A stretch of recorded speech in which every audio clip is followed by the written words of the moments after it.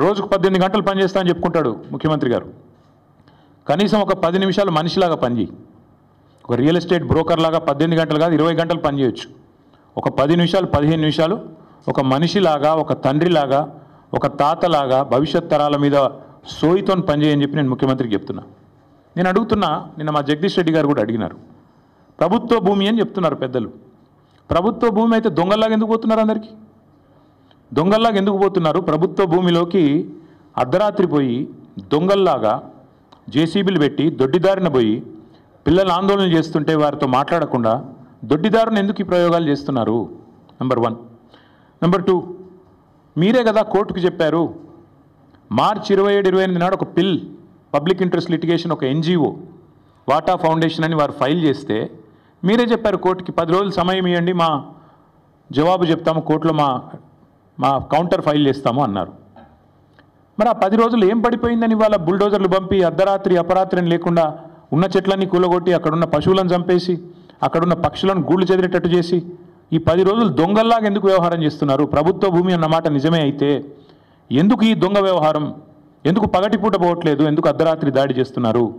Court సెలవులు చూసుకొని శనివారం, ఆదివారం, ఉగాది, రంజాన్ ఇవి చూసుకొని వందల వాహనాలు అక్కడ పంపి బుల్డోజ్ చేస్తారా?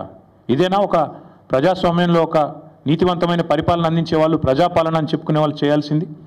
దొంగదారిన పోవడమే కాకుండా పనికిమాలిన మాటలు మాట్లాడతారా? గుంట నక్కలు అని మాట్లాడతారు. ఎవరు గుంట నక్కలు? వాళ్ళ పిల్లలు చెప్తున్నారు, అవును మేము నక్కలమే కానీ నీలాగా పందికొక్కు కాదని చెప్తున్నారు. ముఖ్యమంత్రి గారికి అన్ని మాటలు పడాల్సిన అవసరం ఉందా? పిల్లలతో పిలిచి మాట్లాడొచ్చు కదా. అరే ఇంత దారుణంగా, ఇంత అన్యాయంగా హైకోర్టు ఎన్నిసార్లు తిట్టిందండి? ఈ హైడ్రాతోని వీకెండ్స్ పని చేసుకుంటా, శనివారాలు ఆదివారాలు పని చేసుకుంటా, కోర్టు సెలవు దినాల నాడు హైడ్రాతో మీరు కొడుతున్నారు పేదల ఇండ్లు, ఇంకోసారి పిచ్చి చేస్తే హైడ్రాను రద్దు చేసి పారిస్తాను కూడా హైకోర్టు చెప్పలేదా? అయినా మీకు బుద్ధి రాదా నీ ప్రభుత్వానికి? బుల్డోజర్లు ఎందుకు పోతున్నాయి ఆదివారాలు శనివారాలు ప్రజల మీదకి? అంటే ఎన్నిసార్లు కోర్టు చెప్పినా, హైకోర్టు చెప్పినా, సుప్రీంకోర్టు చెప్పినా నీకు బుద్ధి రాదా? ఇంగితం రాదా నీ ప్రభుత్వానికి? అక్కడ పులులు లేవు, జింకలు లేవు అని పంచ్ డైలాగులు చెప్పడం ఏమి నాకు అర్థం కాదు. అక్కడ ఏముందో కనీసం ఎప్పుడన్నా పోయినావా నువ్వు? పిల్లలు చెప్తున్నారు ఈరోజు ఫుట్బాల్ ఆడడానికి వచ్చినాడు, భూముల మీద కన్నేసినాడు, ఇప్పుడు మమ్మల్ని ఫుట్బాల్ ఆడుతున్నాడు, మా భూములు గుంజుకుంటున్నాడు అని పిల్లలు చెప్తా ఉన్నారు.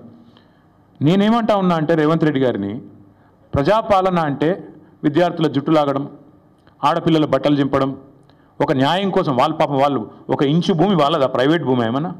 ప్రజల కోసం, హైదరాబాద్ భవిష్యత్తు కోసం వాళ్ళు కొట్లాడుతున్నారు. అక్కడ చదువుకునే పిల్లల్లో 70-75% మంది పిల్లలు మన రాష్ట్రం వాళ్ళు కూడా కాదు. వాళ్ళు పాపం వివిధ రాష్ట్రాల నుంచి వచ్చి 2-3 ఏళ్ళు ఇక్కడ చదువుకొని 4-5 ఏళ్ళు చదువుకొని PhD చేసేటోళ్ళు అయితే వెళ్ళిపోతారు వాళ్ళు. కానీ వాళ్ళకి హైదరాబాద్లో ఉన్న ప్రేమ మీద నీకు అరపైసా ఉందా? అనుమాత్రం ఉందా? వాళ్ళు హైదరాబాద్ కోసం వాళ్ళు పోరాడుతుంటే, హైదరాబాద్ భవిష్యత్ తరాల కోసం వాళ్ళు కొట్లాడుతుంటే కనీసం నువ్వు ముఖ్యమంత్రివి, 4 కోట్ల మందికి ప్రతినిధివి అన్న ఇంగితం నీకుందా? సిగ్గనిపిస్తలేదా? కనీసం డబ్బు కోసం ఇంత దిగజారాలా? ఇంత తప్పుడు పనులు చేయాలా? నేను జగదీష్ రెడ్డి గారు చెప్పారు, నేను మళ్ళీ చెప్తున్నా, 14,000 ఎకరాలు మేము హైదరాబాద్ ఫార్మాసిటీ కోసం సేకరించాం. ఎస్, మాకు కూడా ప్రతిఘటన ఎదురైంది, మాకు కూడా ఇబ్బందులు అయినాయి. ఒప్పించి మెప్పించి మొత్తానికి కోర్టు కూడా అన్ని సరైన వివరాలు సమర్పించి మేము ministry of environment forest clearance తెచ్చి అన్ని చేసి 14,000 ఎకరాలు హైదరాబాద్ ఫార్మాసిటీ అని చెప్పి ఒక గ్రీన్ ఫార్మాసిటీ కడతామని చెప్పి మేము సేకరించాం. ఇవాళ నువ్వు దాన్ని 4th సిటీయో 420 సిటీయో కడుతున్నావు నువ్వు అక్కడ. నేను అడుగుతున్నా, మరి అక్కడ 14,000 ఎకరాలు నీ చేతిలో ఉన్నప్పుడు, మేము వడ్డిచ్చిన విస్తరలాగా నీ చేతిలో పెట్టినప్పుడు ఈ 400 ఎకరాల మీద ఎందుకు పడ్డావు? అక్కడ 14,000 ఎకరాల్లో కట్టచ్చు కదా. నువ్వు కట్టే IT పార్కులు, నువ్వు కట్టబోయే AI సిటీ, నువ్వు కట్టబోయే ఫ్యూచర్ సిటీ కోసం 14,000 ఎకరాలు పెట్టుకొని ఇక్కడ ప్రజెంట్ సిటీని ఎందుకు ఖరాబ్ చేస్తున్నావు? ఉన్నదే అక్కడ లంగ్ స్పేస్ ఇది ఒకటి, 2,500 ఎకరాలు ఏదైతే అక్కడ HCU చుట్టూ ఉందో ఆ పశ్చిమ హైదరాబాద్లో ఉన్న ఒకే ఒక లంగ్ స్పేస్ అది. దాన్ని ఎందుకు ఖరాబ్ చేస్తున్నామని కదా ప్రజలు అడిగేది. దాన్ని ఎందుకు ఖరాబ్ చేస్తున్నామని కదా పిల్లలు కొట్లాడేది. అక్కడ ఉండే జంతువులకు నోరు లేదు, నీ మంత్రులకు లేదా, నీ ఎమ్మెల్యేలకు లేదా? కనీసం ఒక్కరు మాట్లాడుతున్నారా? ఒక్కరికన్నా కనీసం బాధ అనిపిస్తలేదా? నెమళ్ళు అరుస్తుంటే, ఆ పశువులు పక్షులు గోల చేస్తుంటే, మా గూడు జరగొట్టద్దని ఏడుస్తుంటే ఒక్కళ్ళకు కూడా మానవత్వం ఉన్నవాడికి దేశం మొత్తం వినబడుతుంది, కానీ మీకు వినబట్టలేదా? అందుకే నేను రేవంత్ రెడ్డి గారికి చెప్పేది, పిల్లలు అడుగుతున్నారా, ఏ యూనివర్సిటీ హే రియల్ ఎస్టేట్ నహి అని చెప్పి నినాదాలు ఇస్తున్నారు. ఇక మళ్ళీ దాని మీద ప్రెస్ మీట్లు, ఇష్టం వచ్చినట్టు తిట్లు, మేము అవన్నీ చెప్పడానికి నేను రాలేదు.